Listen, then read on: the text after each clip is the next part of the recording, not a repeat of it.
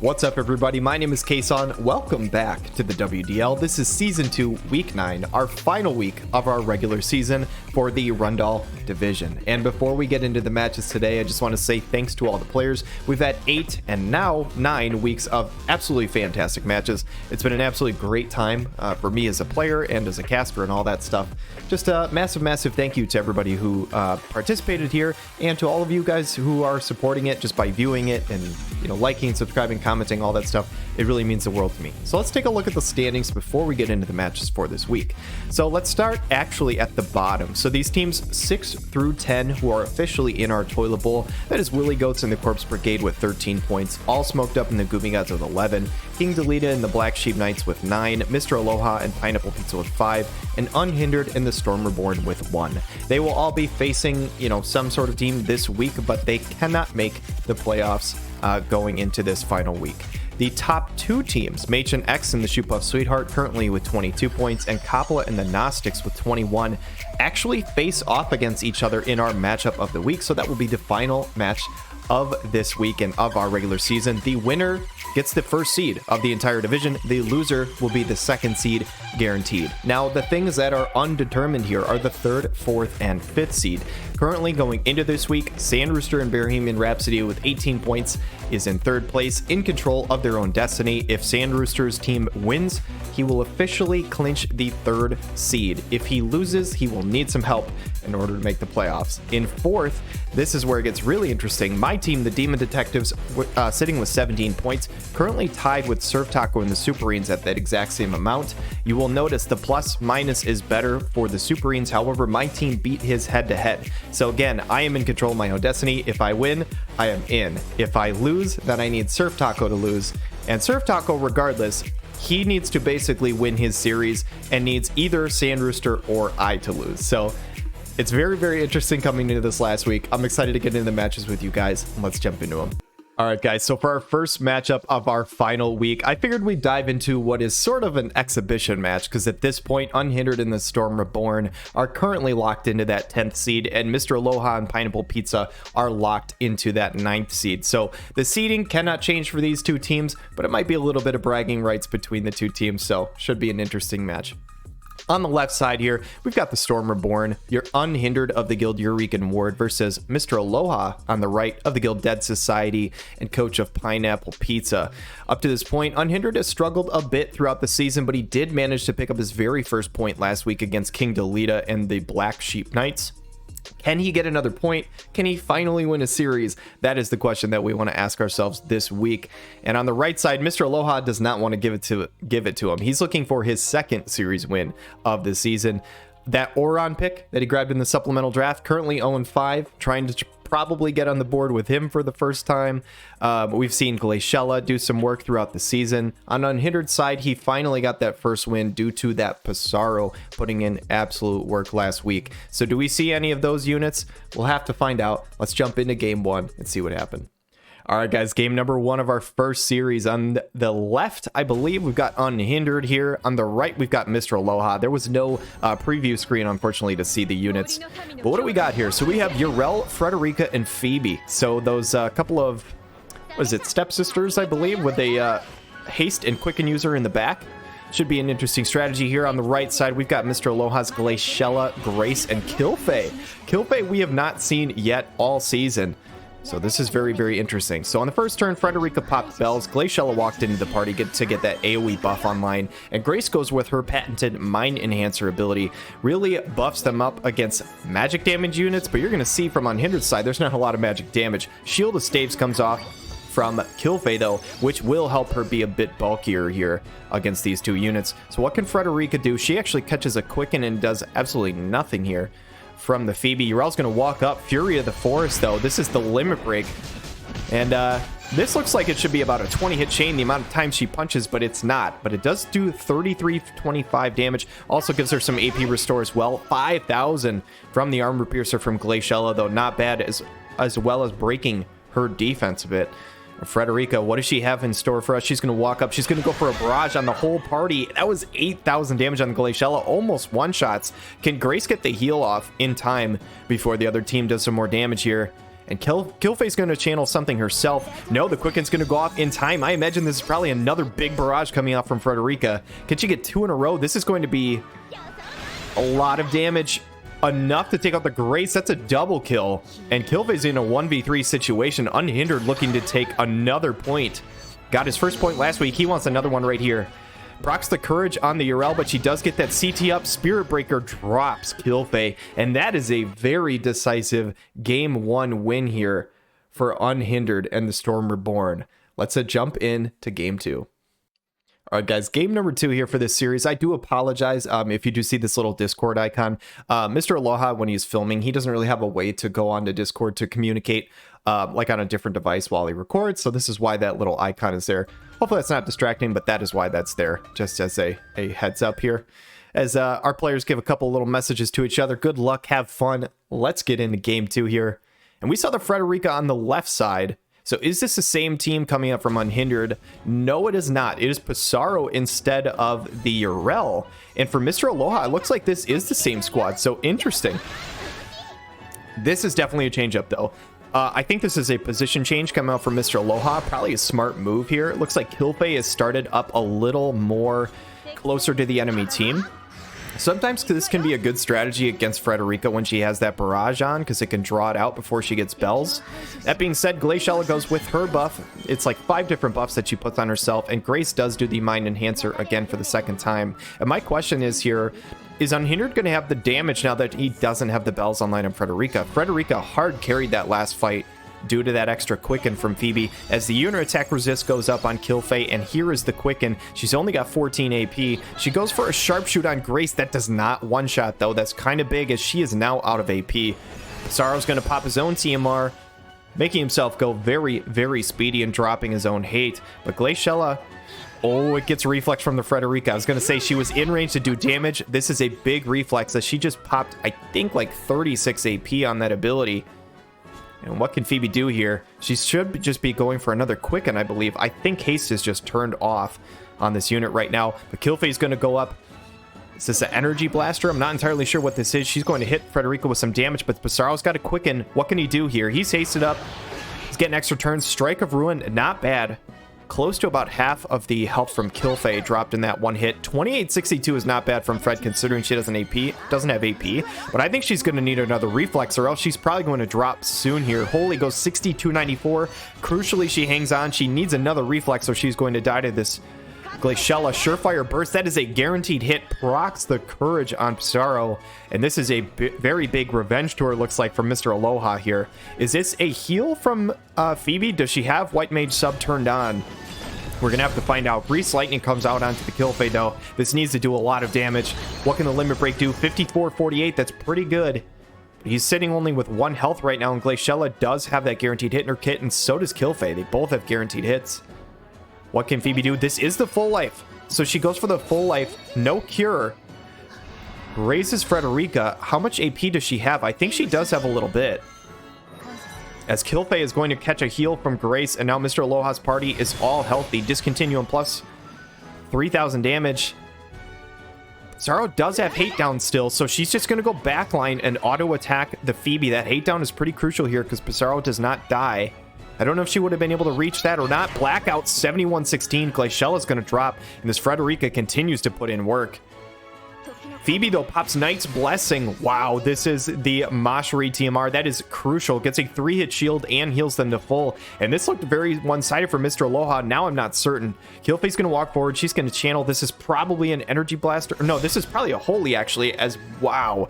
Hien only does 900 damage with Killface. She tanks that like an absolute champion. 5457 is going to drop the Pissarro. And Phoebe is a good unit, but she's not Naya, which means she only has 1 full life cast, as Frederica is going to drop the Grace. So this should stay as a 2v1. Nobody else is going to be raised at this moment. This is probably a Quicken. Yes, it is. Frederica, elemental disadvantage. What kind of damage can she do to the Killface?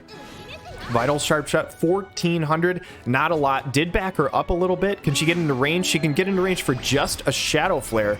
I don't imagine this one-shots Phoebe. Yeah, 1995. She actually tanked that insanely well. And this is an interesting one. A 31 AP Barrage comes out. She unfortunately had to use Barrage. She couldn't reach with anything else, but she does stand still to save her CT.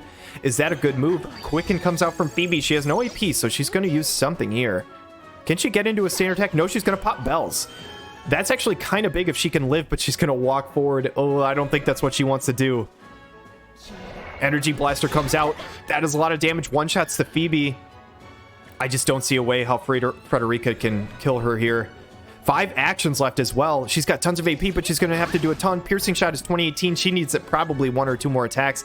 There's not going to be enough time. Only 4 actions left. Earth Staff's going to come out. Mr. Aloha is going to pick up this game 2 victory. And we're going to a game 3. All right, guys, the final game of this series here. We've got Frederica showing on the left here for Unhindered. And that attack and magic stat, I'm wondering, is that the same team that we just saw? Or is it the same team as the first game where he won with Urel? And on Mr. Aloha's side, he's hovering the Oran. So it's the Oran, Barrett, and Grace team. The 140 Barrett is a very, very strong unit, and Oran has not gotten his win yet. He does not have a single win on the season. He's looking to try and get that for the first time. Urel's going to pop her buff, get some courage, and move forward. As Barrage again comes out from the Frederica, this positioning, she has a little too much range. I don't think that's what Unhindered wants. I think he wants the Bells online first. Steel Skin Plus going to come out from Barrett. He does get courage now on that, which is a very nice thing. And Phoebe going to go for another Quicken here, but Oran, no, he is not in range to do damage, so he's going to pop Dragon's Pride. This is Kane TMR, haste, and move +1. Catches a heal from Grace, though. That's a pretty big heal. I'm actually surprised that he was in the threshold to be healed there. But Grace's AI is pretty friendly to her teammates. Piercing Shot comes out from Fred. 3856, not bad onto the tank. Can Urel finish him off here? Rend the Heavens. That is a courage remove. 6,000 damage. Barrett's going to drop. And that courage not doing much because of the removal. Heavens Fall, though, 7514. It is now a 2v2. Frederica's going to drop in 1 hit to that Oran. And Grace should be channeling a full life here. This might actually be double full life here because Phoebe's going to go. That is a full life onto Barrett. That lands. Does Phoebe's land onto Frederica? Yes, it does. So both units get re-raised, but the haste on Oran is too big. He just chains it with himself. 9630. Oh, this looks very favored for Mr. Aloha at this point. Spirit Breaker going to do good damage, 7200. I think Grace is probably going to be able to heal him back up before she goes again. Unless a Quicken from Phoebe could come out in time. This might a little bit come down to cast time. This will be interesting to see how it goes, because I think, no, she can't reach Quicken. She just goes for a Shadow Flare onto Oran. 1631, not a lot. Drops the AoE resist, which is nice, but I think Grace can reach Kiriga from here. Yeah, she can. And it's going to raise his AoE resist. 17 AP on the Oran. Paralyzing Edge is enough to take out the Phoebe, and this looks like a decisive game 3 for Mr. Aloha in this exhibition. So what do we got? 1878 coming out from the Urel. What is Grace channeling here? I can't imagine that's a Kiriga. He is not low enough for that, but Focus Shot comes out and lands the slow. CT up is not going to matter a ton when you also get slowed. She's just going to regen herself. She says, you guys can take care of this. I'm good sitting in the back. And Mr. Aloha and Pineapple Pizza are going to pick up the Game 3 victory over the Storm Reborn. GG's to both of these players. Thank you so much for playing all season in our regular season. Unhindered, fortunately, at least got another point on the board, so he got one both in the last couple weeks. So he's at least on a kind of an upward trajectory going into the Toilet Bowl. So I will go over more about the Toilet Bowl for you guys probably at the end of this video or maybe the end of the Heinler video. But I'll share kind of some more information on how that's going to work and all that kind of stuff. But GG's to both of these players. And let me know in the comments if you guys prefer. What I'm going to do a little bit more in this video is not spend as much time in between the individual games talking about my thought process about what they could bring. I'm going to try and move a little more quickly in between games, but I will give, some thought process on the matchup before that. If you guys don't like this change, let me know, but it's just to try and move it along a little quicker in between individual games. So let me know in the comments below. So let's check out the second series that we've got for today. All right, guys, for our second series today, this is the first series that we have that has playoff implications, and it is pretty massive. As I said before, Sandrooster and Bearhemian Rhapsody comes into the week in third place. If they win this series, they clinch the third seed no matter what happens, regardless of any other series. However, if he loses to Willie Goats and the Corpse Brigade, this now opens up the possibility of my team and SurfTaco's team both jumping him in the standings if both his team and my team were to win. Sandrooster, to not make playoffs, basically has to lose his series, and both me and SurfTaco have to win, so he has the best chance out of our three teams. Ultimately controls his own destiny, but we'll have to see if he can pick up the win this week. So on the left side, that is his team. It's Bearhemian Rhapsody. He is of the guild Get Swifty. On the right side, Willie Goats of the guild Solaris, coach of the Corpse Brigade. And the biggest thing I want to look at in this matchup is this Warrior of Light. I will say, Sandrooster's double Jaden squad is incredibly terrifying. It's been absolutely crushing so many teams in our league. But if there was like any tank in the game that could hang with that or handle that, it is probably Warrior of Light. He has multiple types of barriers that he can put online. He has a like 3-hit 50% total barrier. He also has a magic barrier in his Spellblade sub that gives 70%, and he has a self-heal in his kit that comes right out of the gate. So I really expect to see Warrior of Light to come in some fashion. What else we will see, I'm not entirely sure, but I'm almost guaranteed to see Warrior of Light in some way, is what I would expect here. Other than that, does he pair with some sort of evasion? Does he pair with, you know, the Orlando and Gafgarian that he's done before? He's done Delita Gafgarian before. He could do Ramza, Ketone, any one of those 80 cost units, and Gafgarian could work very, very well for himself. On Sandrooster's side, I'm curious to see what he tries to do here. Does he stick with that double Jaden comp that has worked so well for him, or does he see Warrior of Light as a problem and realize that he has to play some sort of different strategy? Cyrell can be a bit of a tank buster. I'd be curious to see if we see any sort of Winter Ravies. We have not seen her at all yet. Or does he try and match tank for tank by bringing Engelbert? We'll have to see what he decided to bring out. Let's jump into game one. All right, guys, game number one here. On the left side, we've got the Summer Jaden showing. On the right side, that is Willie Goats' Warrior of Light. However, notice the attack and magic stat coming out from Sandrooster's side. Only 1,800 magic for Sandrooster, so that is not double Jaden. It is Joom. We have not seen Joom a single time yet in this season.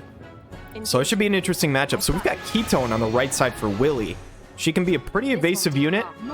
She can also be kind of hard to take out because she has a lot of sustain due to that Drain Force. However, she does have the elemental disadvantage to Summer Jaden and Joom. So will that matter? We'll have to see. So the Vacuum Veil coming out from Joom, Suns Out, Guns Out coming out from Summer Jaden, and this is that magic barrier, that Spellblade sub that I talked about. Willie being smart, doing that instead of his standard barrier. It's going to absorb 70% of magic damage, which is just absolutely nuts. Utsusemi comes out from the Ketone, raising her missile resist and the evasion stat. This will be interesting to see how it goes. Aurora Blessing, interestingly enough, I'm curious. There is some light and dark damage from Willie Goats' side. He's got Gaff and Warrior of Light, so interesting. And I had no idea he could do that. Warrior of Light can apparently put his invincible shield on another unit. I thought that was only a self-cast, but apparently he could do that to someone else. Stormwind Ren comes out, 1,800, and drops the agility on the Gaff. Can Summer Jaden pair with this? Not quite full moon style. This is the Halloween Little Leela TMR. A nice tech. This upgrades magic and accuracy, so expecting some potential evasion from Willie's side. He goes and increases his own accuracy. Terror Slash not going to do much of anything to the Joom, though. She is a brick wall, and my god, Willie's Warrior of Light is putting in work. All three of these units have some type of 3-hit shield because of him. That is an incredible buff now that I know you can put it on other units. Drain Force comes out for a little over 3k onto Joom from Ketone. Killer Cross, 1,700. This Gafgarian actually tanking pretty well. He does have that 3-hit shield, so that does help. Dance of the Whirlwind will raise her own unit resist. Can Summer Jaden reach the tank, or will he go for Ketone? No, he goes for the Gafgarian. He has the 3-hit shield, but man, this is probably a lot of damage still. 3582, it's not enough to kill. That 3-hit shield coming in clutch here, as Ketone's going to go next. Who's she go for? She goes for the Joom. Elemental disadvantage. She had no... She does have AP. It is I think it's a height range thing? I'm not entirely sure. Maybe she didn't have AP. I thought she did. I'm guessing it was a height range issue.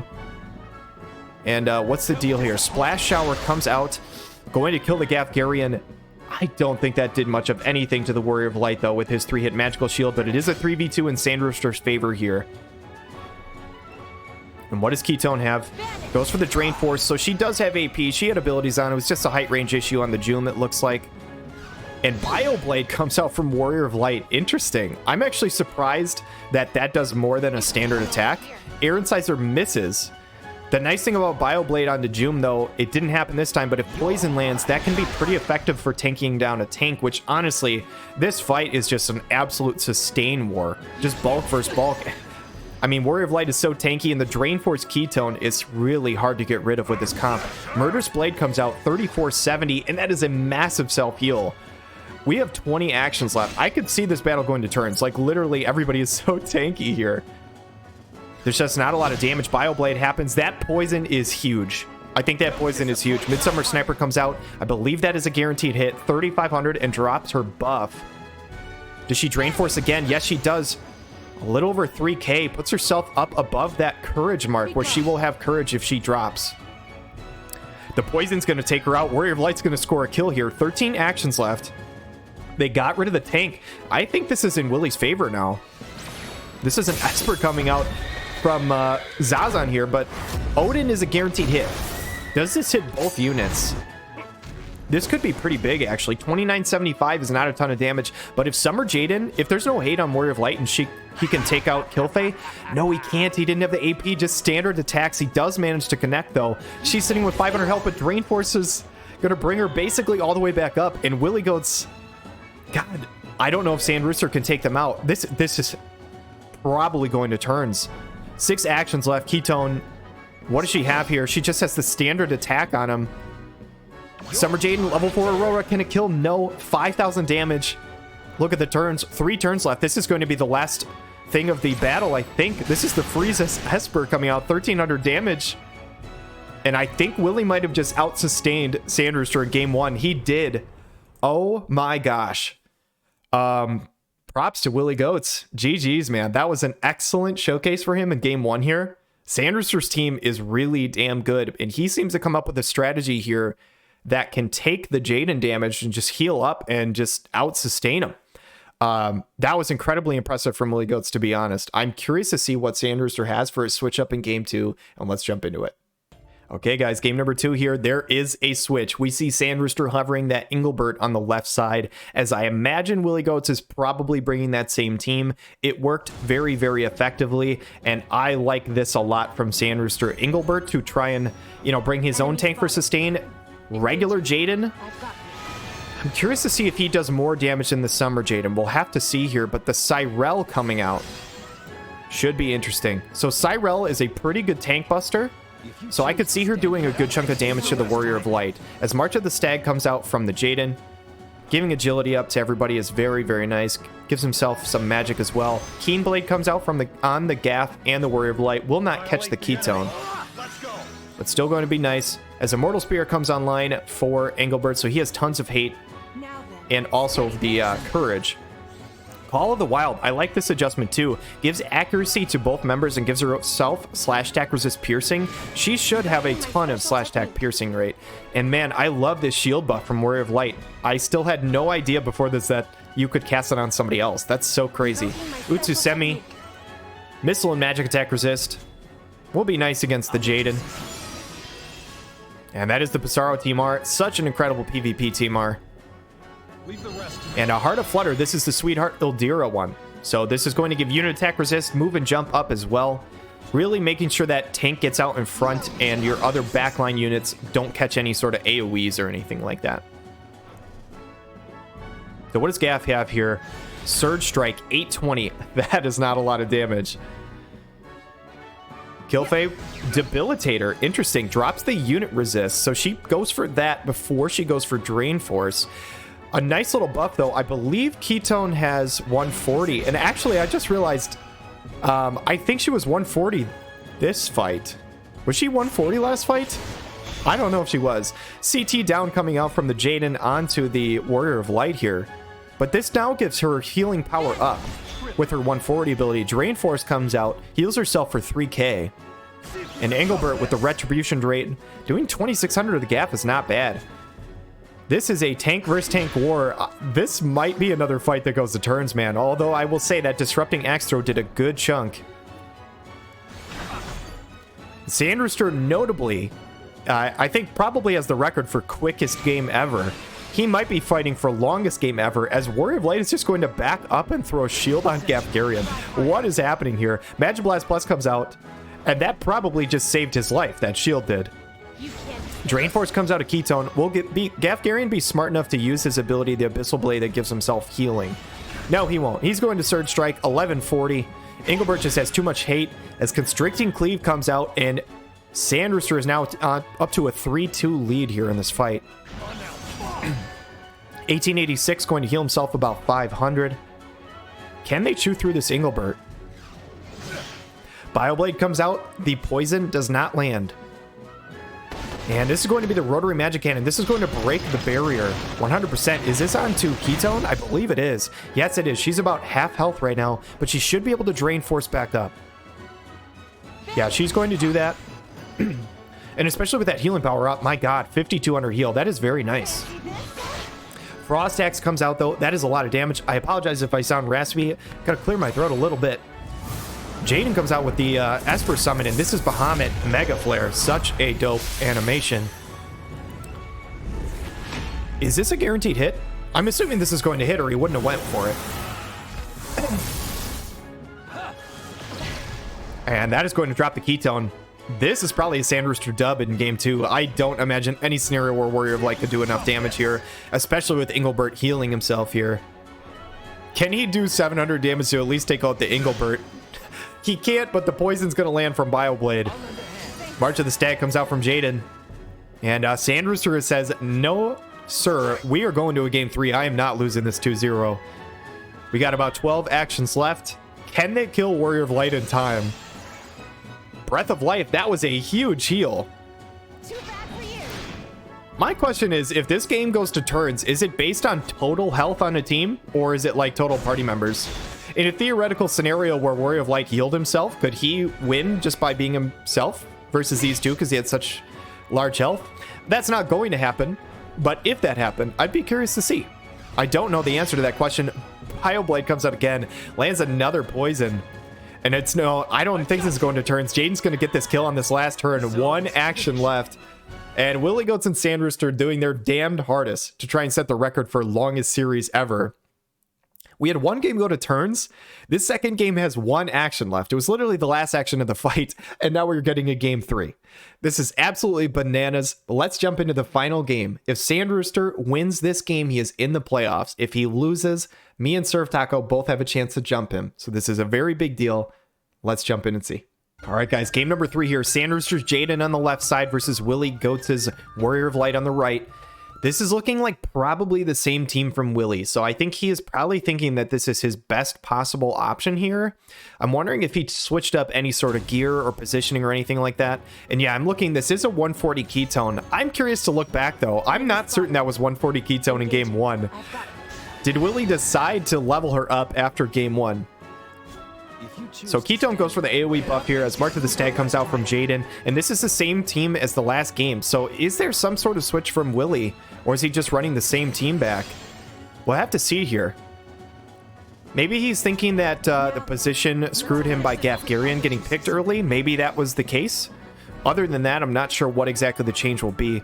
As Cyrell goes for the same buff as last time, going to get her own slash attack piercing, and they also get accuracy as well. Keenblade does land on all 3 this time. It did not land on him, did not land on Ketone last time. As Engelbert has his Courage and Hate online. And I think from both sides, a Dispel is very, very optimal if you have it, but I don't think either one of these teams have it, because a Dispel would be able to get rid of a lot of the hate as Invincible Shield comes from the Warrior of Light onto the Ketone. And Discipline. I don't know if we saw this last time or not, but Unit Attack Resist. Golden Magic Shot, how much is it going to do? 1620. This Warrior of Light just tanks so well due to that magic barrier. And Constricting Cleave does 3400. Not bad. And same type of thing as last game. So the Engelbert is going to go way out in front, do that move and jump up. A pretty critical TMR here for Sandrooster. Drain Force going to come out 3156. And I got to tell you guys, we might be going to turns again. And this feels like another one of these battles. Holy Bravery, 159 did basically nothing to the Engelbert. Just two brick walls fighting against each other.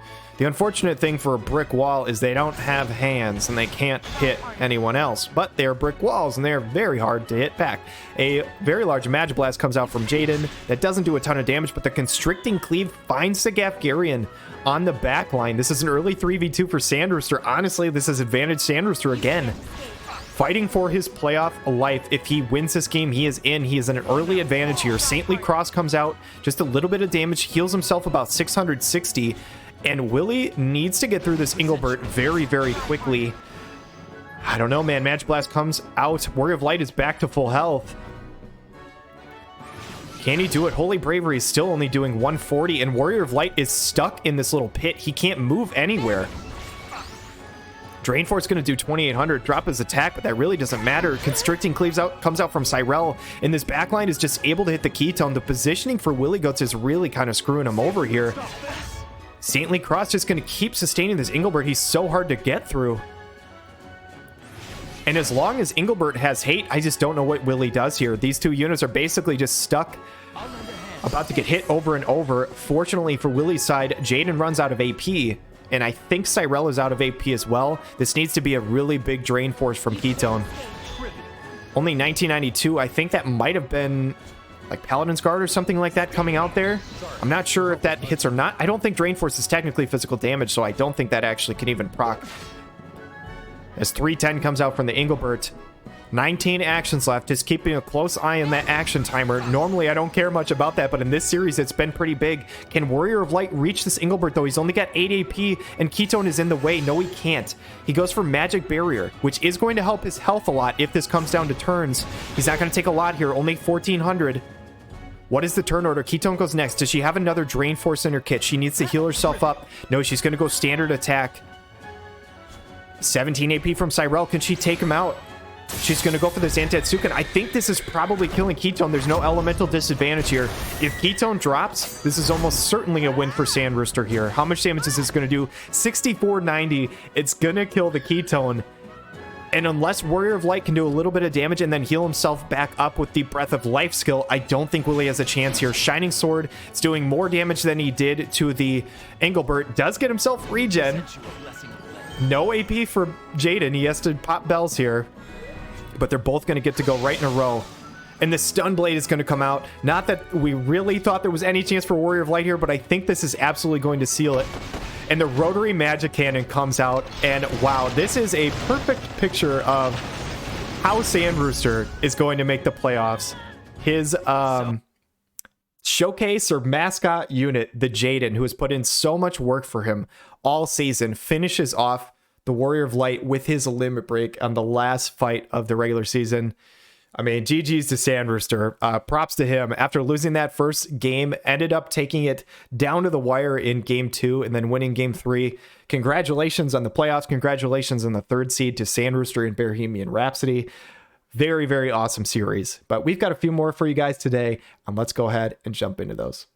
All right, guys, our 3rd series of the day. We've got SurfTaco of the Guild, Dead Society, and Coach of the Superrenes, our Season 1 defending champion, trying to make the playoffs to see if he can defend his title.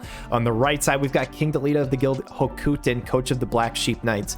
King Delita, the underdog in this matchup. However, King Delita brought Coppola to 3 games, he brought me to 3 games, and he beat H&X. So this is not a pushover matchup by any means. He is trying to play spoiler, and he is trying to help me out to try and make the playoffs here. So SurfTaco and his team, what does he got here? He's got Perrine, who is a perfect 12-0-0 KDA, has only came to 4 games.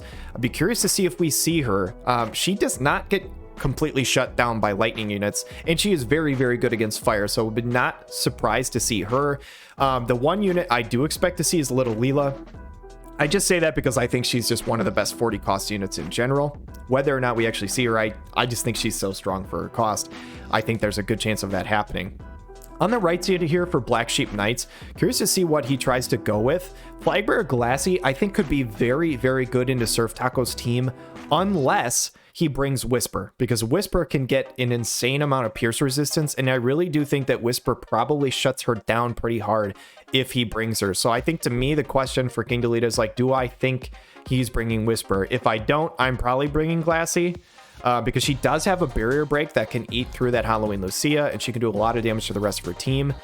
But the Whisper, that's the big question, right? And the rest of his team here, I do think magic damage dealers can be very effective into something like Halloween Lucia, but that's why I expect to see that Little Leela pick. It hard counters a lot of those magic damage dealers because that big diamond AoE silence, especially with the level 140 Little Leela, she becomes incredibly strong. So I expect to see some sort of Little Leela. Wouldn't be surprised to see Perrine either. And on the right side for King Delita, if I was him, I would probably be bringing somebody like Varouche. And then I would think about Glassy if I don't think he's bringing Whisper. If I do think he's bringing Whisper, I'd probably just go like magic heavy. But I don't know. It'll be curious to see what happens here. Again, SurfTaco, if he wins this series, he has a chance to make playoffs, but only if I lose my series. If he wins and I win, he is out of the playoffs. He is trying really hard to make the playoffs and trying to defend his title. He took the upset from Coppola last week, 2-0. He is trying to finish strong. Let's jump into the series and see what happens. All right, guys, game number 1 here, and we see the Whisper on the left side for SurfTaco, and that is a Glassy Flagbearer on the right. One thing I will say, I am pretty sure that Whisper can probably tank Glassy insanely well, but if Glassy can hit some AoEs on the backline, it might not matter. So we'll have to see how it goes here. So Perrine, Ramada, Whisper. Alrighty, so Perrine coming out against, it looks like a double fire comp from King Delita. I have to say this game 1 looks like it is a major advantage for SurfTaco here. Has the tank for the Glassy and has the Perrine for the double fire. We'll have to see if King Delita can come up with anything here. As the resist magic buff comes out from Ramada, Glaciella Flagbearer walked into her party, got that, accuracy buff up, giving herself that shield and all that. Bells comes out from Winter Mashri, so she's going to have tons of AP here. As Keenblade comes out from Whisper on the entire party, and she's going to walk forward and try and do her tank duties. So Perrine's going to get her second buff off, that Raging Waters, and really that is her sweet spot. She really tries to get both of her self buffs online right away. Fast Cast comes out from Adelard, though, and that is a hasted Glaciella Flagbearer. And there are not many units scarier than a hasted Glaciella Flagbearer. Divine Shelter comes out from the Whisper, getting her elemental debuff resist as well as protect and shell, regen, all of that good stuff. Slowly becoming a very good tank here with her upgrades over time. As Re-Raise comes out from Glaciella, so she has Re-Raise and she is ready to try and hit this backline. And what does Perrine have here? She's going to find an AoE on the Winter Mashri. She's going to damage cap her. One-shots King Delita's Winter Mashri. And this is looking rough for King Delita right away, especially because the fast cast misses Winter Mashri. Triple Cross comes out, and my goodness, I haven't seen tanking like that since my Titus against Glaciella Flagbearer. 1230 heal onto the Whisper here. She does about, I think it was 700 damage onto the Glaciella, if I saw that correctly. In the limit break, Motherly Punishment. Oh my goodness. Good night, Adelard. I don't even need to see how much damage this is going to do. My goodness. I think that did about 12 or 13,000. I think that was probably a little bit of overkill. And Glaciella Flagbearer is a very good unit, but I do not see how she wins this in game 1. I said it right at the beginning of this match, Whisper beating Glaciella and Perrine just being good against 2 fire units. I think this is a hard matchup to overcome. Perrine, every series she has come in, she has gotten every single kill. Up to this time, she's came 4 times and she is 12-0-0. Can she manage to pick up every kill here too? Because she has 2 in this fight. And what's going to happen here? Glaciella's going to go next. Can she do any sort of big AoE? Can she take out Ramada? No, the height range is just weird for her. Dispelling Spearfly comes out and she can only hit Whisper. The reflex coming out from Glaciella, she says, not so fast. You don't get this last kill here. Ramada's going to Nighthawk and pick it up, though. She does have Re-Raise, though. And actually, I say that, I think this reflex actually helped Perrine. She's probably going to pick up this kill here. And Perrine might continue her perfect record. Yeah, she's going to do that. She's going to pick up kill number 3 in game number 1. Perrine has came to 5 games, is a perfect 15 kills, 0 deaths, 0 assists. That is absolutely just incredible by SurfTaco. And the team name, the Superrenes, I think you could see why. So GG's to SurfTaco in game 1. He is 1 game away from winning this series and putting the pressure on my team. Let's see if he can win it in game 2. Okay, guys, the second game of this series, we've got SurfTaco's Whisper still showing on the left, and this is definitely a switch up from King Delita, bringing that Agrius, trying to maybe get some status effects online to try and turn the tides here. He is bringing the Varouche. I like this tech here. I do like the Varouche. The Fina will be interesting. Can she do any sort of damage to the backline? She actually goes Padfoot. I kind of like this because she is a healer, and getting her own hate down, as well as being hasted, will allow her to do more heals and sit in the back. So I think that is pretty smart. And I'm looking on the left side here. What is this team from SurfTaco? He's got Aerith, Elshra, and Whisper. Where is the damage is my question. This is a magic shield coming up from Varouche here, 7,500 magic shield. I do remember when I played against SurfTaco that he said that he had built his Whisper to about 1,500 attack. So I'm kind of curious, is this an offensive Whisper build? Because I just don't see the damage otherwise. Sweet support comes out from the Elshra here. And Fina's going to walk forward. Is this a haste? Probably a haste, I imagine, onto the Whisper here. She's going to pop bells. I think this is offensive Whisper. She has bells online. I don't know why you'd be running that on Whisper unless you were going offensive here. I'm curious to see what this looks like. Judgment Blade Plus comes out. 1449. Honestly, decent damage coming out from the tank. What can Varouche do to follow it up, though? Spirit Stealer, 2537. So nice little chain. Not a ton of damage. But the Whisper is going to be hasted up. I don't know. I'm very curious to see what this looks like. Sparkle Shower, 1,300 damage. I mean, Whisper's taking a good chunk. Re-raise comes out from Aerith. Aerith is still in the backline for the heals and gets the re-raise off crucially. Regen comes out. And this is White Wave. I don't know. I think I've seen this limit break once. Takes off her mask, comes down from the skies. That is an absolutely sick animation. Only does 3,000 to the Agrius. Drops her bravery, though. So I say this is offensive Whisper. I'm curious to see what comes out here. Is there enough damage from SurfTaco's team here? Sparkle Shower hits the backline. That is a lot of damage onto the Elshra. Holy Prayer comes out, though, and Whisper's going to be full.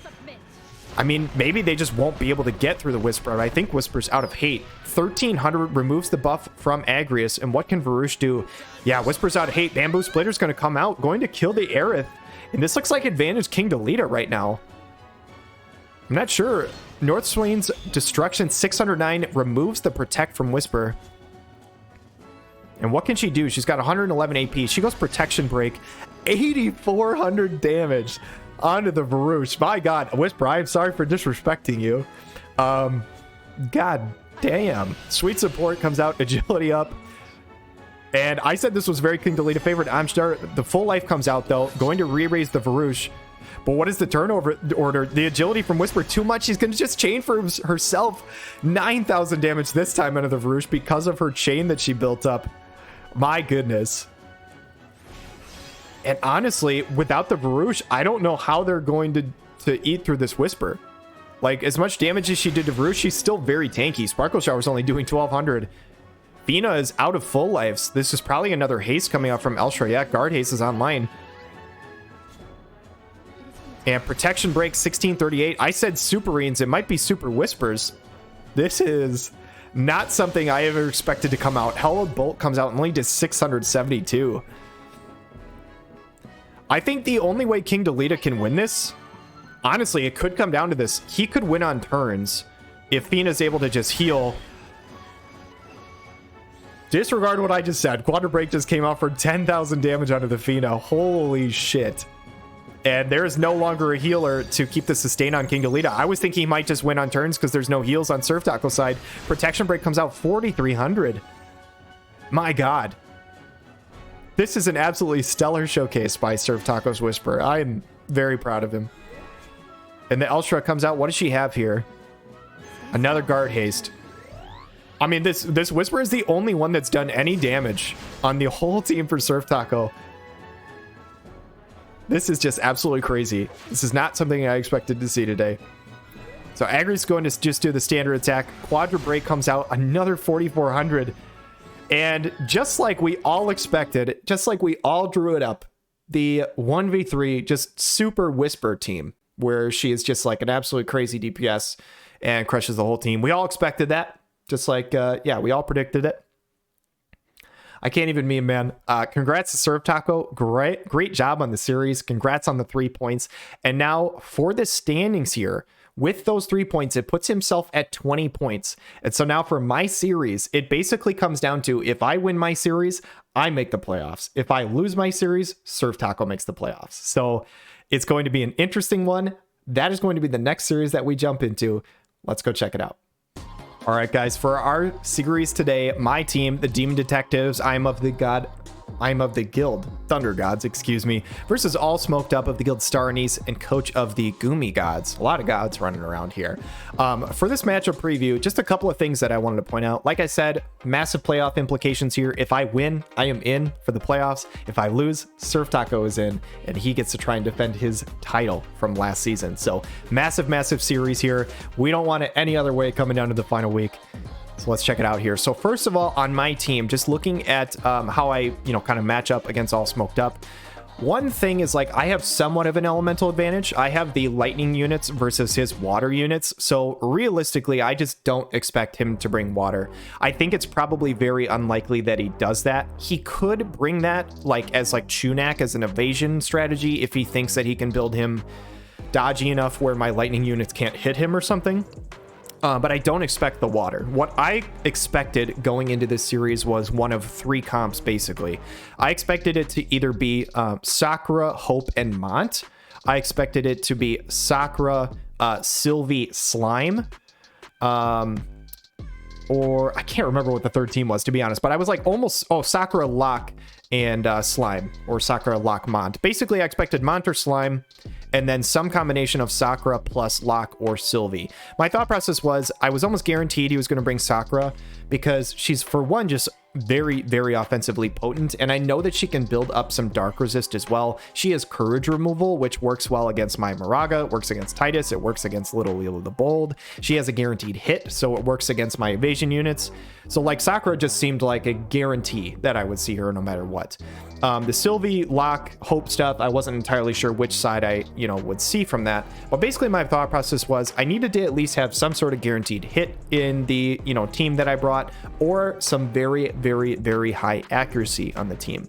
My thought process was I was going to bring Titus just to basically be a tank for a little while and distract, hoping that he can basically take 2 or 3 hits and basically turn on his taunting blade so that I can get an AoE damage on. I thought there was a decent chance that he could do some damage to somebody like Sakura or something if he hits that.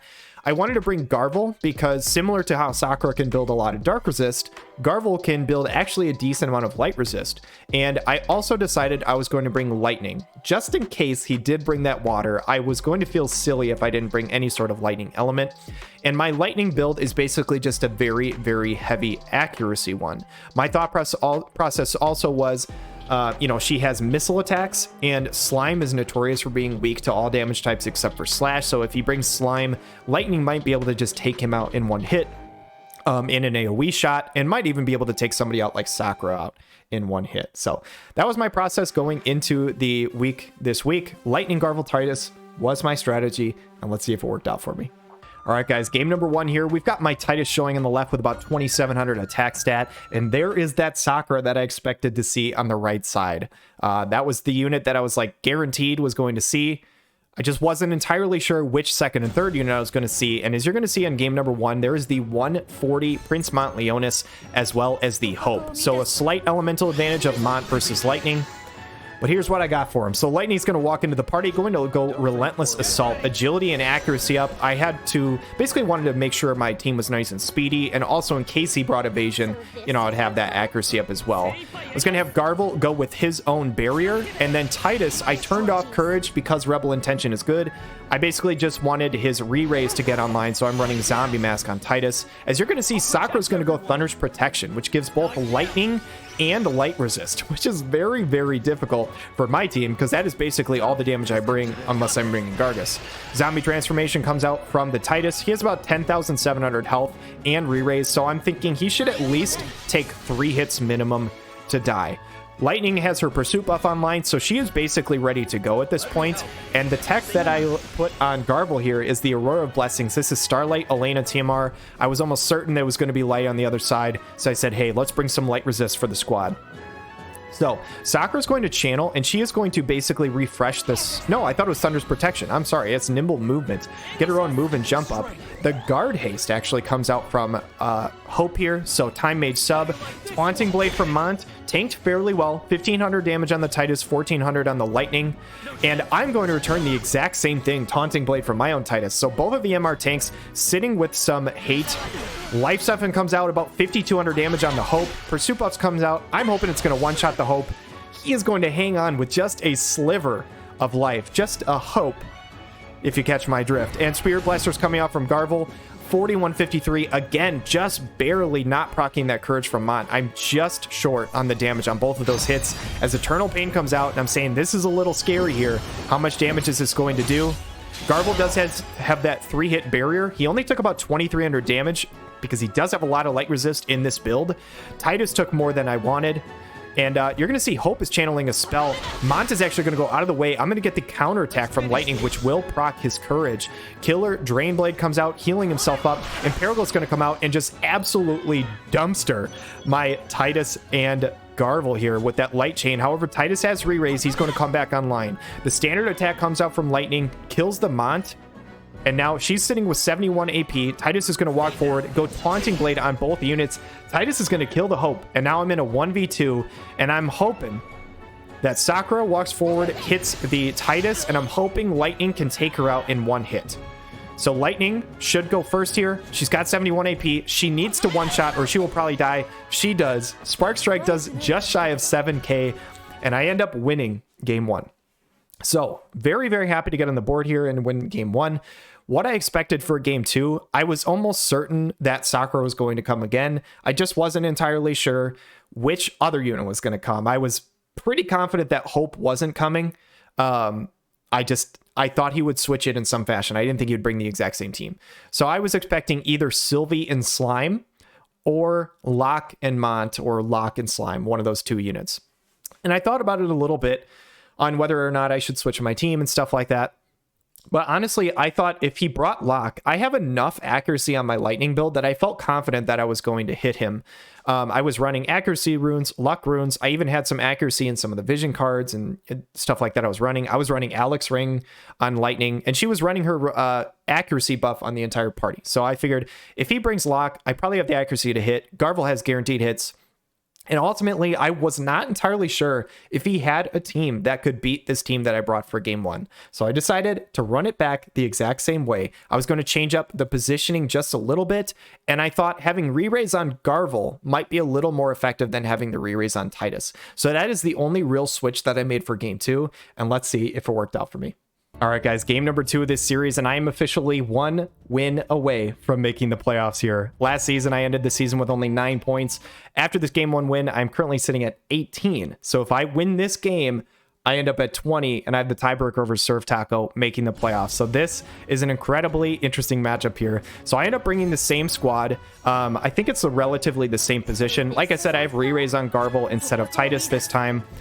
And here's the Relentless Assault buff coming out from Lightning, accuracy and agility up on both of these units. I spaced it out so that she wouldn't do that buff twice in a row just to make sure, but I wanted Titus out a little more in front. Sweet Support comes out from AllSmokedUp. As you see, he starts with the exact same positioning as he did in game 1. Just with different units. This time he does have the Sylvie and the Slime. Emergency Meditation comes out from Slime, so he has his own self-heal up if he gets low. And this is the Thunder's Protection buff. So this is the Lightning and Dark Resist. This time I put Dragon's Pride on Titus. I wanted some initial hate on him. Wanted him to get to move just basically a little faster. And Prayer of Resolute Oaths comes out. Defense and Spirit debuff resist. And the Thunder's Protection is refreshed. So she actually had to use this buff twice, which is good and bad for him. It makes the buff last longer, basically, because it's a refresh, but she was not able to use her Nimble Movement buff. And now, basically, Lightning gets her Pursuit on, Titus goes for his, so both of these units have shields at the moment. What is Slime going to do? He's just going to walk out of the way, basically towards Titus. Doesn't really have much to do. Saintly Fortress comes online. This physical shield is going to do basically nothing, but it does up his crit evasion and hate just to make sure that he's drawing attacks. So this is the Eternal Pain. So this comes out and hits Titus. Last time this hit both him and Garvel. So on this sense, it's actually a better start for me than last time. However, he did take more damage this time as he does not have as much light resist as the last game.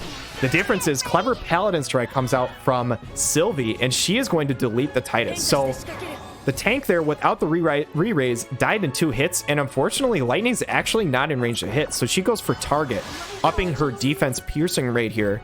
And I'm hoping that Garvel can do some damage. So he is in the way, jamming thrust, 1485. That is some major dark resist coming out from that Sakura, and I'm instantly thinking, oh crap, Lightning is going to have to carry this fight because there are 2 healers in the back and Garvel is not doing any damage to Sakura. Rending Bright Blade comes out, breaks the barrier on the Garvel. Dispel Spread comes out from Lightning, and you're going to see that only did 3,000 to the slime. For Shoopuf, only 2264.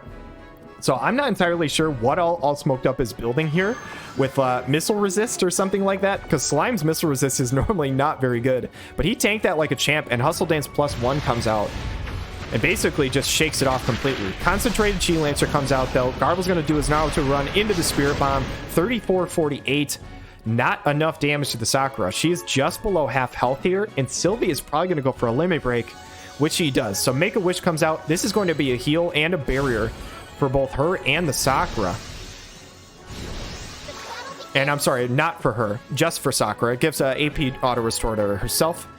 Sakura's going to start channeling a spell. She goes for Thunder because of all the light resist on Garvel. This is another pain for me having Sakura on the other side. I can build light resist, but she can just do lightning attacks. But Barrier Buster comes out from Lightning. The Pursuit buff kills. That re-raise for Garvel, crucial here, as I end up picking the kill on Sakura. So now it is a 2v2, and I'm thinking that I might have a chance still in this game. So Accelerate comes out from Slime, and what is Sylvie going to do? I expect a full life. I'm hoping if I can get a jamming thrust, this will interrupt it. It is a jamming thrust, but it's on the Slime. One-shots the Slime, brings him to courage, but this full life is going to go off. Unfortunately, I couldn't interrupt the full life. On the positive note, Lightning goes next. Spark Strike is immediately going to take Sakura out again, and now I do have a 1 health Slime. So if I can get in his face and take him out, it'll be a 2v1, and I like my chances there. Hustle Dance +1, though, is a pretty big heal. And I'm looking at the turn order. Sylvie's going to go next. Cheerful Paladin Strike is going to take out the Garvel, just barely due to all the light resist. 2100 is just enough to kill. And Slime actually got enough time to do the heal and then go again because he didn't move. Scorch actually does a little bit of damage to the Lightning. That Pursuit buff has now fallen off because it's been more than 3 turns, so she cannot pick up the kill on Slime here. Curses comes in 3s, comes out from Sylvie as she's going to break the barrier on my Lightning. And Lightning, oddly enough, even though she has Slash Pen in this kit, she must not have had enough damage to kill with a standard attack. She goes for the Odin.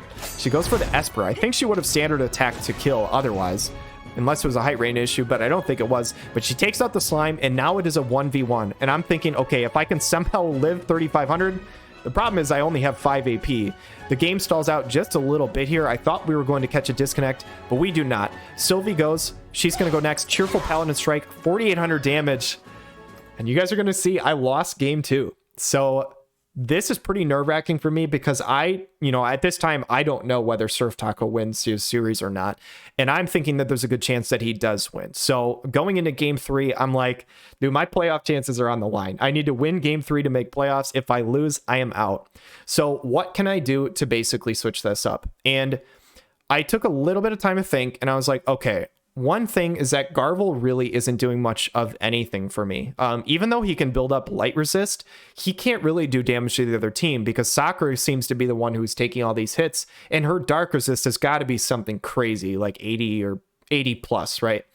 So how do I get around this? So I was like, well, Gargus could be a really good fill-in for him. I could just throw Gargus in instead of the Garvel in general. But then I got to thinking too, I was like, I really don't know how much Titus is doing for me either, because Titus dropped in 2 hits. The only reason he did anything in game 1 is because I threw re-raise on him, and he happened to kill a low health Hope with Taunting Blade. So I was like, well, maybe if I think a little bit outside the box here, I can come up with a strategy to win. I looked at our previous 2 games, and I noticed that in game 1 and game 2, AllSmokedUp started in the exact same position. Even though he used 2 different teams, he had all 3 units in the exact same 3 starting positions for game 1 and game 2. And I looked at my roster and I said, I have Gargus and I have Severo, who are both extremely long-range magic damage dealers. They both have abilities that have extended range past the normal, like, Aeroga and Waterga abilities. And I was looking at the map, I kind of measured it out, and I said, hey, I could put my units in a spot where if he starts in this exact same spot, I can let his team do 1 buff rotation, and then Gargus and then Severo will go immediately Windlash into a Waterga. And I was like, that is guaranteed to double kill both Sakura and Slime. And if I can just double kill them right out of the gate, what is he going to do? So that was my strategy going into the game 3. Let's see if it works. All right, guys, game number 3 with my playoff hopes on the line. I'm turning to Lightning, Gargus, and Severo, a comp I have never brought before, and actually only adds up to 190 of my cost. But I'm hoping if he starts in that exact same spot, I'm just going to blow him up right out of the gate, and it will not matter. So I'm looking at the map. He did not start in the exact same spot. He's starting on the opposite side here, so I'm a little nervous right out of the gate. Sweet support comes out from the Sylvie, gets the agility up on the entire team, as Sakura's going to channel a spell, which I believe is Thunder's Protection, and it is. So it is the Lightning and Dark Resist. The Lightning Resist will matter a little, but the Dark really won't matter this game, as I have 2 other units. I turned the Relentless Pursuit buff off, because I wanted to make sure that Lightning had her Pursuit buff here. But as you can see, because I'm on the opposite side of where I thought he was going to start, Lightning is kind of out front here. Gargus and Severo are both going to get their buffs online, which is very, very good for me. I'm hoping Lightning can do a ton of damage here. So Sakura is going to refresh this ability, Thunder Protection. Not the biggest deal in the world here, but here's the haste from Severo. So his courage and haste ability. And Lightning should have a free hit here.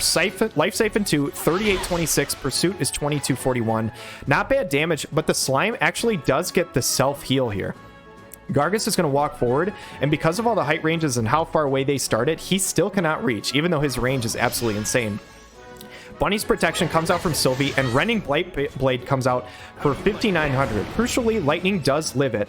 Slime is going to go next, and you're going to notice here, because he got that self-heal, he is not low enough to heal himself. He gets a crit for Zap for 3,000 damage and takes out my Lightning. Lightning would have went next, like the very next turn, and she did not get to go. And now Sakura's going to walk forward. She's going to go Eternal Pain on my Severo, and I'm thinking my playoff chances might be gone here. Can my 2 mages manage to pull through from here? So Gargus is going to walk forward. He's going to channel a spell. This is going to be Aeroga Disperser. You're going to see it's going to destroy the Slime, do a good amount of damage to the Sakura here. And Severo's going to go next. He's going to flare.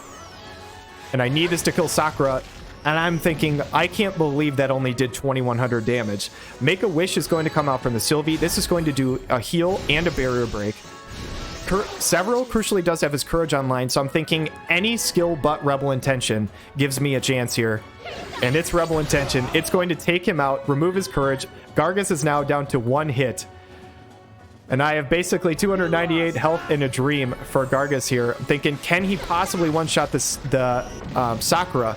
He cannot.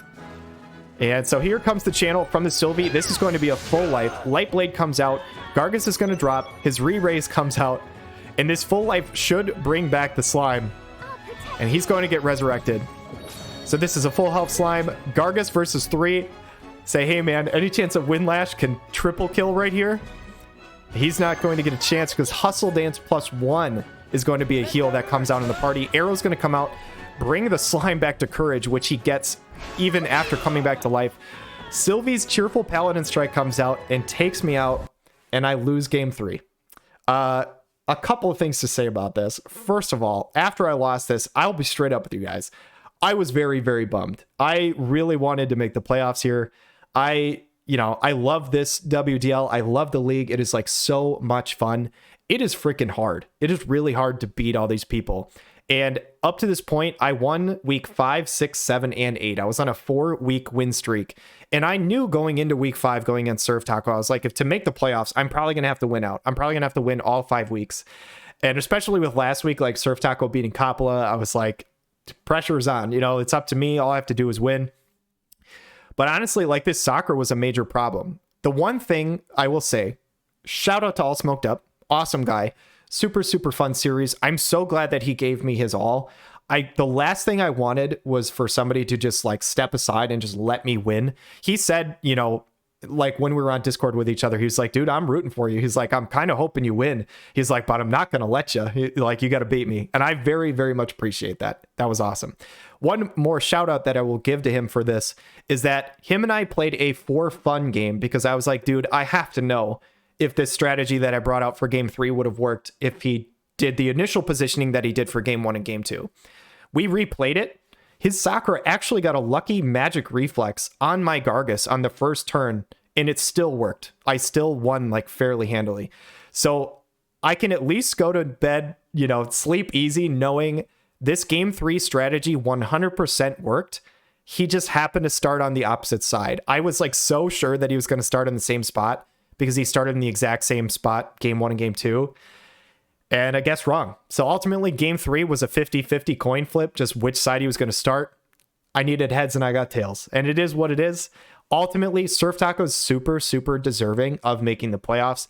I mean, we will look at the standings at the end of the video and stuff like that, but he's been incredibly impressive all season. He's had a much better like win-loss record than me in terms of total games. And honestly, he's the only guy up to this week to beat Coppola. We're going to find out in this last series whether or not Coppola wins or loses against Mation X, but that's incredibly impressive to itself. So that being said, I'm going to be in the toilet bowl. SurfTaco is going to be the 4th seed. Huge congratulations to SurfTaco and all the other people who make the playoffs here. I'm going to try and win the toilet bowl. I'm going to try as hard as I can to try and win that. But thank you to everybody who watches this and who supported me. And, you know, I see some of you guys in the comments who say, you know, congrats to me and like the games that I won. Just know that I really, really appreciate that. So thank you to everybody.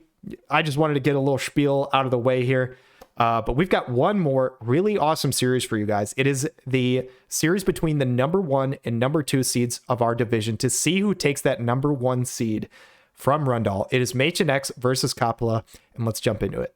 All right, guys, our final series of the regular season of the Rundal division. We have on the left side, Mation X of the guild Lucis, coach of Shoopufs Sweetheart, coming into the week as the 1st seed versus the 2nd seed, Coppola of the guild Galleon and coach of the Gnostics.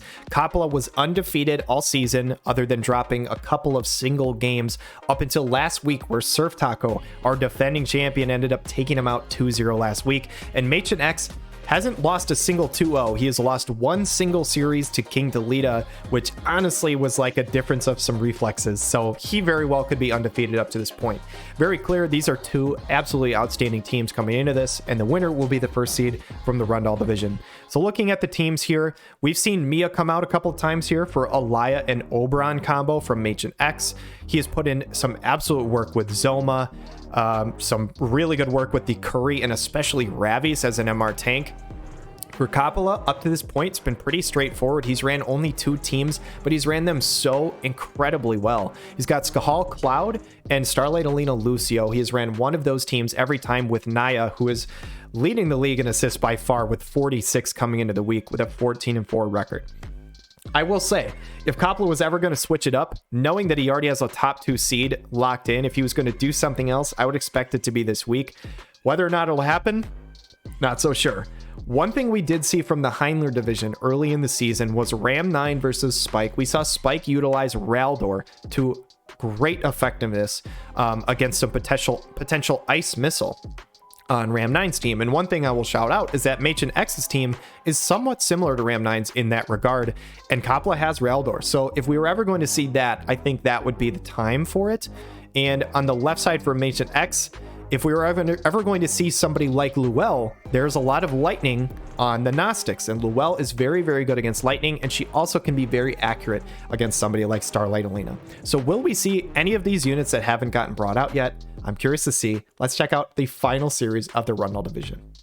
Okay, guys, game number 1 here on the left side, we have Coppola's Raldor showing, and we have Mation X's Oberon showing.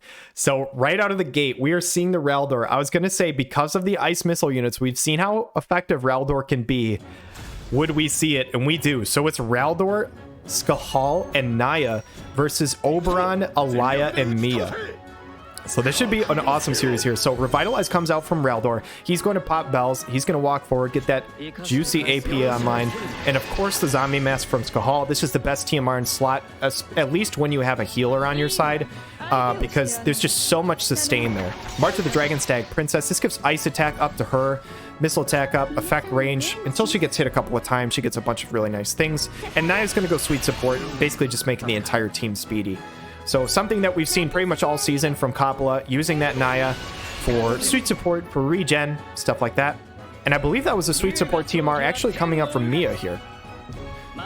Keenblade comes out from Oberon, so it does not hit the Aloha, but honestly, it might not be the worst thing. You don't want Aloha walking up too far. And Mia's going to walk forward basically like a tank. Oberon, because of that Keenblade, is going to go first. Can he reach here? Yes, he can. 8-Path Dragonshine. I will say, I'm pretty sure Raldor has pretty darn good Pierce Resist also. Pierce and Missile, he's kind of similar to Titus in that regard. It's going to do 3392. Not bad at all. Tanked quite well from Coppola here. It's going to drop the Elemental Resist. But honestly, with a Naya healer in the back, it's going to be a tough time for Machen, I think. Shazam Render is going to come out. An absolutely sick limit break from Raldor. Stomps the ground, brings down the hammer. 6,600 damage onto the Mia. Looking like an early favor here for Coppola. However, the two 100 cost units are fully healthy. And what can Aloha do? That's a barrage. Honestly, 2351, not bad into the Raldor. A very large chunk into the Skahal. This should proc a heal from Naya. I believe she should be able to get this heal off in time. We'll have to see what the casting time looks like. This should be a Kuriga. Thunderga Disposer comes out. Elemental disadvantage, but Skahal don't give no shit. He does so much damage regardless of who you are. Oberon, can he find an AoE here? I'm not sure. Debilitating counter, not enough to kill him. 1971 Thunder Smite, though. That definitely one-shots. Brings him down to Courage. And I'm looking at the turn order here. How is this going to work? Can Aloha kill... I mean...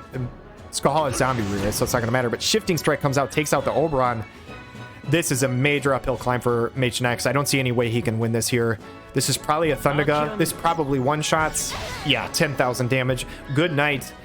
Game one, a very, very one-sided victory for Coppola's team. The Raldor tech, I think, was really, really great. It tanks out Oberon and Aloha very well, his two 100 cost units. So a very good move here by Coppola. Curious to see what these two teams bring out in game two. Let's jump into it. All right, guys, game number 2 here. Machen X on the left, Coppola on the right. We have Oberon still showing, and we have Raldor still showing. So curious to see if Machen X made any sort of adjustment here. I will say no background music here. I'll try and remember to throw in some background music for the fight. But we've got Luelle showing. So I said we haven't seen her yet, but this is her time to shine. So no Aloha, probably a good mix-up from Machen. Revitalize comes out from Raldor.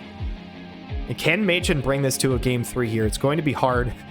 I don't know how much damage Oberon's really going to do to Raldor, but if he can hit the Skahal instead, we'll see what happens. Skahal goes with the zombie TMR, gets re-raised online. Royal Knighthood's Pride, Protect and Shell. This is Agrius's TMR on the Oberon. A very cool tech here. Naya's going to start channeling. I imagine this is probably regen if she's channeling. And the Earthen Invocation. Unit attack resist up, earth attack up. A very nice buff. Resist magic. This will help a little bit. Skahal does have some magic attack piercing and some spirit piercing, but it'll still help regardless. So it's not for nothing. And actually, I think that was a protect under Raldor. So really trying to mitigate that physical damage. Wow, Mia actually tanked that attack from Raldor incredibly well. Thunderga Disposer, though, that is going to hurt her a lot. Going to drop the Mia. Honestly, Oberon took that better than last time, like significantly better than last time. I imagine there's more lightning resist in this build from Machen X here in game number 2. What do we got here? 8-Path Dragonshine. This should do a ton of damage to Skahal. Should one-shot, I think. Yeah, 11,700 damage. Not a ton to Raldor, but Luelle's going to be able to follow this up. Debilitating counter comes out from Skahal again, drops the magic. But Log Heal Absorption will heal her to full, and that actually killed Raldor. Holy crap. Luelle. Damn, that was impressive. So actually kills Raldor, so a good adjustment here from Machen X. And the re-raise proc from Skahal, honestly, I think I give the advantage to Machen here. Naya does have 2 casts of full life, but these 2 Earth units are going to be a little harder for him to get through. Naya's going to be able to get in position, so she's going to go full life onto Raldor. Another Thunderga Disposer comes out. Less than 2k onto the Oberon. He is tanking that insanely well. Stunblade comes out, procs the Courage.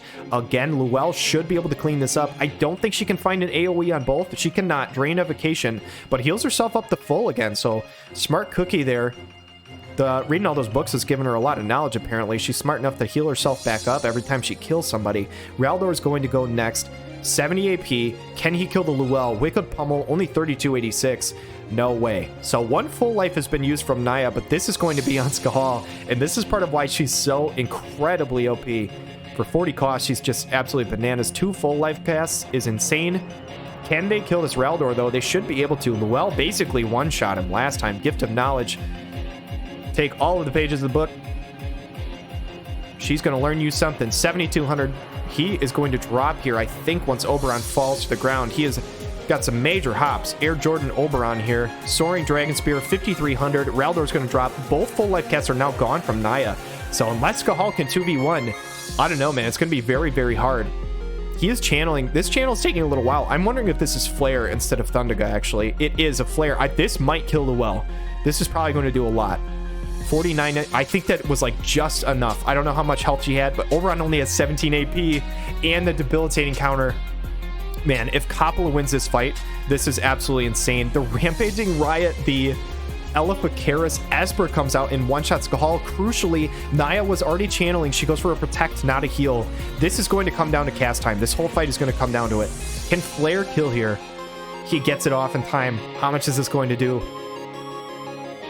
3953. It's not enough to one-shot. Now the question is, can Naya get the heal off in time? Or does Oberon kill both? He only has 17 AP. I don't think he has the AP to hit both. Standard attack onto the Skahal, though. This Kiriga is going to miss. And I don't know if Naya has offensive abilities turned on. She does not have any more full lives. She's going for something. Does she have? No, she doesn't have damage. She just goes for protect. I was going to say, if she had Holy turned on, she might have been able to win this right here. I don't know if she would have been able to do enough damage, but I imagine this is going to kill her. Soaring Dragon Spear is going to kill Naya. Machen X is going to win game 2. And man, the battle for first place is going to come down to a game 3 series. We wouldn't have it any other way. Let's jump into the final game of the Rundal Division Season 2. All right, game number 3, guys. We've got Lucio showing on the left and Oberon showing on the right. And I said earlier that Cop recorded without sound. I'm actually not even sure if that's true. I think there might be an error with the file, so that might not even be him. That might have been some sort of issue I ran into when I downloaded. So Coppola, if you're watching this, I'm not entirely sure. That might not have even been you. Regardless, though, this one does have game sound.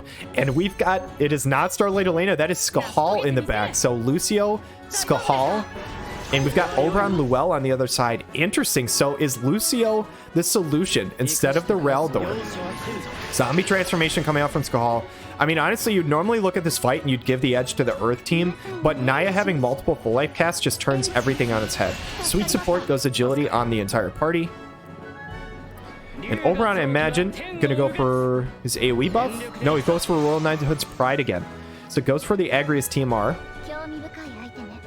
And Luel going for Earth Invocation. Single target attack resist up.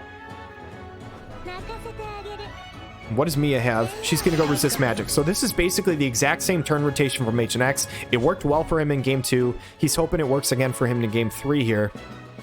And what does Lucio have? He's going to go Limit Break, Luminous Grace. I imagine this probably pops Mia like a balloon. How much is this going to do? 6163. She hangs on, actually. I'm actually very surprised. Skahal can probably find a Thundaga AoE, though. Yeah, Thundaga Disposer is going to hit both. Only 2100 on the Oberon with the crit. So he's still tanking that insanely well.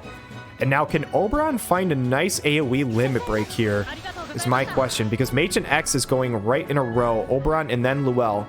Not sure if Luel can reach. Oberon's going to, though. 8-path Dragon Shine. This should pop the courage on Skahal, but the question is, this Lucio, Super Lucio for Coppola, how much does it do? 6,000 is pretty good. That is pretty good. I don't think it dropped elemental resist, though, if I saw that correctly. I think that might be part of Lucio's sword, or maybe a rune he's using. I don't remember entirely, but Luel is going to proc the re-raise from Skahal, so now he is on his final life here. Saintly Wall from Lucio, so he cannot find an attack. He's only got 9 AP before that. A physical barrier might be good against Oberon, but it's not going to do anything to Luel. And again, this is going to come down to cast time. Thundaga Disposer, I think Naya probably gets a heal off in time, but if she doesn't, Machen X probably wins this. Kiriga's going to go off in time. This is major, especially for Skahal, because now it takes 2 hits to kill. But Lucio's going to go next. He needs to get a kill here. Luminescent Arc, that is not enough. I think the AoEs from Oberon and Luel are probably enough to kill both here. Royal Rend, that is a lot of damage. Procs the Courage on Skahal. The barrier on Lucio, though, looking pretty important. Can she get a Law of Geo-Absorption here? Debilitating counter. No way. Oh my god. Skahal does it again. My boy Skahal, debilitating counter. Thundergut Disposer going to do 2167. I don't know if she could have gotten it Law of Geo-Absorption, but I assume she can. If she can there, I think H&X wins this, and now I don't think there's a chance in hell. I think Coppola takes this now. The counter from Skahal, I think, was major there. It's hard to say, because Naya still had 2 full life casts, to be fair. And we've seen Naya pull out some crazy stuff before. But Oberon, man, you're a heck of a unit, but I just don't see it. Halting Spear, if Stop landed, maybe, but it doesn't land. It procs the Courage from Skahal. Naya's just going to heal him back to full again, and I imagine Lucio should be next in taking this kill here. This was a heck of a series. This looks so one-sided at the end, but honestly, I think H&X might have won that without the counter. Crescentic Break comes out, kills the Oberon, and Coppola is your #1 seed from the Rundle division. Absolutely excellent series to both of these players. Both really great players with really awesome teams. That was a heck of a way to close out the season. Let's jump into the stats and the standings. So after 9 weeks of regular season play for our Rundle division, we have our assist leaders on the season. And wouldn't you know it, it is Naya at the top with an overwhelming 54 assists. That is just absolutely insane. Average 2.57 all season, like per game. That's just an absolutely crazy stat. She came to every single game that Coppola played this season. He literally did not play one single game without Naya, and she was dominant for the entire season until she went up against #2, Little Leela of the Superrenes with 39 assists in second place, Aerith of the Superrenes with 29 in third place, and a bunch of other notable units here. Zazan and Jaden Rundle, both of Bearhemian Rhapsody in that 4th, 5th place spot. My boy Titus in 6th with 22 assists, Uni with 21, Lucio with 21, Rabbies with 20, and for the Gumi gods here with 20, that is Slime in 10th place. A number of really outstanding units here for the assist leaders. And let's take a look at the kill leaders. The number 1 and 2 spot from last week have not changed because neither one of them came to play this week. We didn't see Lucia Halloween of the Superrenes or Starlight Elena of the Gnostics come out in the final week, and they hold down the top 2 spots with 21 kills and 19 kills. Oberon Heinler, we saw put in some work for the Shoopufs Sweetheart with 18, and Jaden Rundle has been absolutely a terrifying monster all season with 18 kills. Skahal of the Gnostics with 16, Perrine with 15. Again, I will say it, she came to 5 games total all season. She got 3 kills in every single one of them and never died. She was absolutely outstanding when she came. Jaden Summer, 15 kills. Little Leela Bold, my girl, with 15. Glacial Flagbearer of the Black Sheep Knights with 14. And I got a second one on the top 10 leaderboard in the final week with Lightning FF13 with 13 kills. And now the final thing to look at here is the standings after the end of our regular season. Just to wrap it up, in first place, we have Coppola of the Gnostics with an impressive 8-1-0 record, plus 11 total game win-loss. Second place, H&X of the Shoopufs Sweetheart, just barely losing that series right at the end. 23 points, second place, nothing to be ashamed of. He did absolutely fantastic all season. Sandrooster of Bearhemian Rhapsody with 21 points, a 7-2-0 record. And SurfTaco, our defending champion of Season 1. Because he won this week and I lost, he will get a chance to defend his Season 1 title. Honestly, as bummed as I was after I lost, this seems kind of fitting. It seems kind of perfect that the only person who beat Coppola all season was our Season 1 champion, and he gets a chance to jump in the playoffs and defend his crown. It's probably the way to have it. And that, besides that, I get a chance to be the Toilet Bowl King because I am the 5th seed, which means I will be the #1 seed in the Toilet Bowl of our division with 18 points, a 5-1-3 record. Just to recap on my season, like I said, I doubled my points from Season 1, so I may not have made the playoffs, but honestly, overall, I won more series than I lost. I won more games than I lost, and I feel fairly proud of how I did. Considering where I was in Season 1, I think I did much better, and I'm proud of that for sure. 6th place, Willie Goats in the Corpse Brigade with 14 points, tied up with AllSmokedUp in the Gumi Gods with 14. Willie Goats, of course, does get that tiebreaker because he did win head-to-head. And I will talk about the toilet bowl later, but the 5th and 6th seed of each division will receive a bye in the first round of the toilet bowl. So KSaun, that's my team, and Willy Goats both receiving a first round bye in the toilet bowl. King Delita in 8th place with Black Sheep Knights with 9 points, Mr. Aloha Pineapple Pizza with 8, and Unhindered of the Storm Reborn with 2. So guys, that is pretty much it for our standings here. After the Heinler division is completely wrapped up, which all the games are over, but I have to record them and put the video up, and the Heinler will go up after this video. I probably won't wait an entire day to post it. I'll probably post them in a somewhat quick succession because I'd like this all to be out there roughly at the same time so that our Discord can figure everything out with the playoffs and all that. But just to remind you how this works. For the playoffs, the top 4 teams of each division make it. We are doing a redraft, so you do not have the same units that you have on your team right now.